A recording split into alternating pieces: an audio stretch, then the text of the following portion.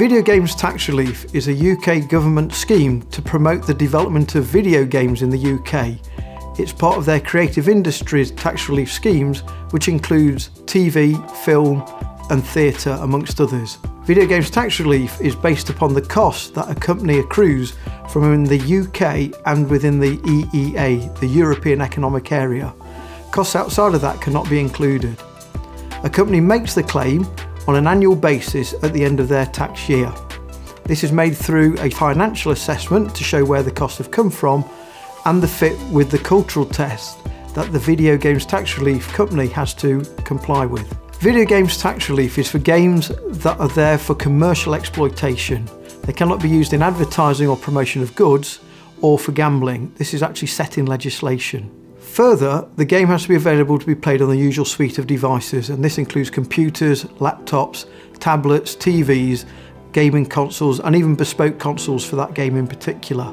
Further, to comply with the Video Games Tax Relief, the game has to pass a cultural test. I'll come onto this a little bit later, but without it there is no claim to be made. Video Games Tax Relief is only available to companies who are liable to pay UK corporation tax. As I've said before though, if they're loss making in the initial years of release of the game, they can actually claim a cash back. But it is the fact that they have to be a UK limited companies. Individuals, sole traders, partnerships, limited liability partnerships, none of those can make a claim.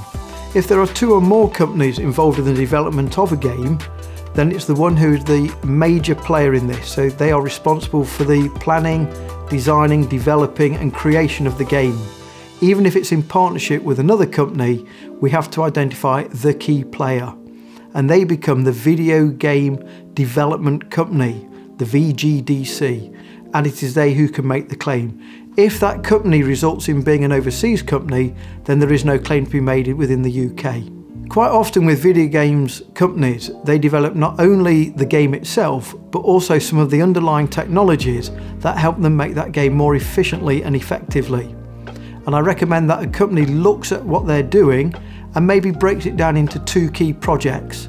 The first project is the development of the technology platform, and the work associated with that we can claim through the R&D tax credit scheme, which is more generous. But then when it feeds into the development of a game, we then claim that in the Video Games Tax Relief. And therefore a company can get two bites at the cherry, which carries them all the way through their development process. A lot of companies are quite slow at getting their accounts sorted out after the end of their financial year. This may be because they're too busy or their accountants are too busy. My view is if the company is loss making and a payable credit is going to be coming their way, they take full speed and get their claim and their accounts sorted out within 1 or 2 months of their year end. That way, if there is a cash payment, it's going to be coming back into the company accounts within a matter of weeks.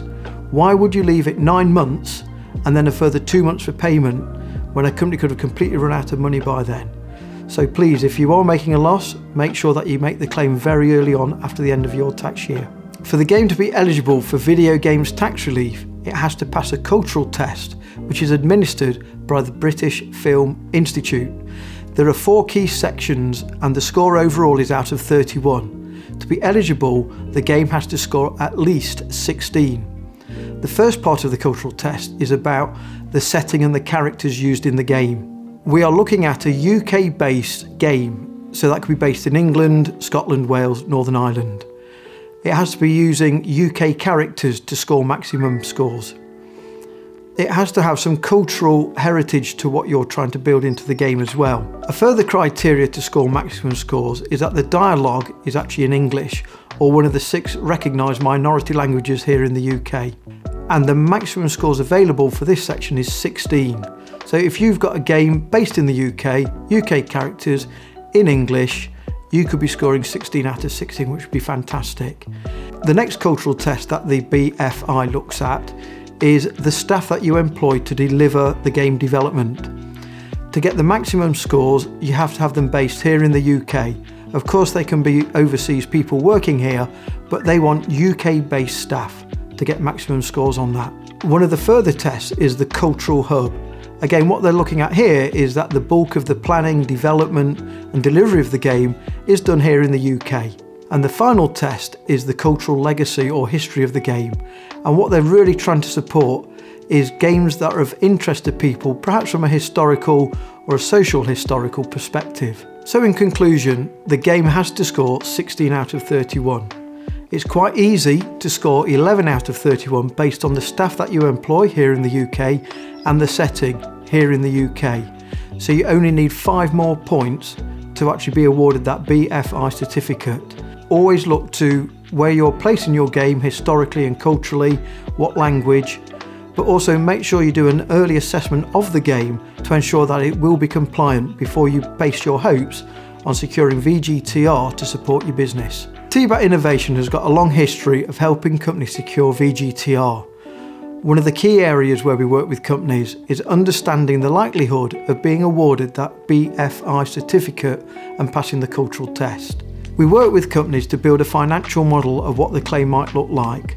So this is a forensic review of your accounts, your nominal ledgers, how you pay your staff, where they're based, what subcontractors you use, whether it's in partnership with another overseas company. We build that financial model and then we can analyse that and reduce it down to the key numbers that HMRC want to see. We will also write an annual report on the progress of the game and the continuing fit with the cultural certificate that has been awarded to the game. So we will take away all the hard work to enable you to claim this really important tax relief for your video games development. If you feel that video games tax relief is something that your company should be claiming, please get in touch. We do offer that free of charge review of the cultural fit before we move forward. This is a really important tax relief to a lot of video games development companies. It can actually make the difference between success or failure of a game.